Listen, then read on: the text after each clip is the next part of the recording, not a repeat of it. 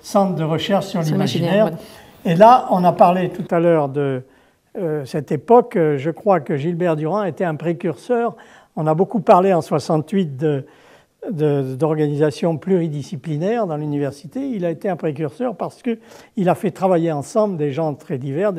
Ça pose des problèmes d'ailleurs de langage, des philosophes, des littéraires, des psychologues et anthropologues. Les trois fondateurs de ce centre de recherche sur l'imaginaire, il y avait un professeur de littérature, Léon Sellier, il y avait un angliciste qui malheureusement Paul Deschamps, qui a été tué en voiture peu après, et qui avait fait des recherches sur l'imaginaire de Coleridge, la formation de la pensée de Coleridge en Angleterre.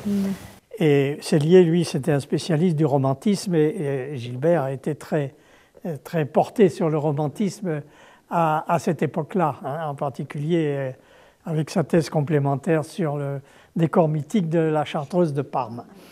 Et donc là, il y avait un bouillon de culture, si je puis dire, et des colloques qui ont eu lieu à Chambéry, où il y avait beaucoup de monde, des gens qui venaient de partout, il y avait des Freudiens, des Jungiens, toutes sortes de gens. Donc pluridisciplinaire.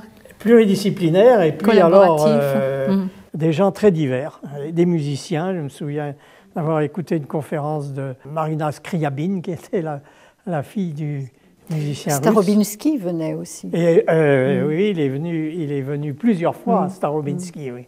Il y a même eu des politologues comme Julien Freund, il y a eu des philosophes anthropologues comme Jean Cazeneuve, qui était de la Sorbonne et qui avait fait des études sur les rituels.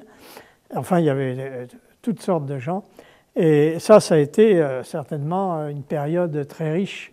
Après, le centre s'est déplacé vers Grenoble parce que, et pour des raisons d'ailleurs administratives,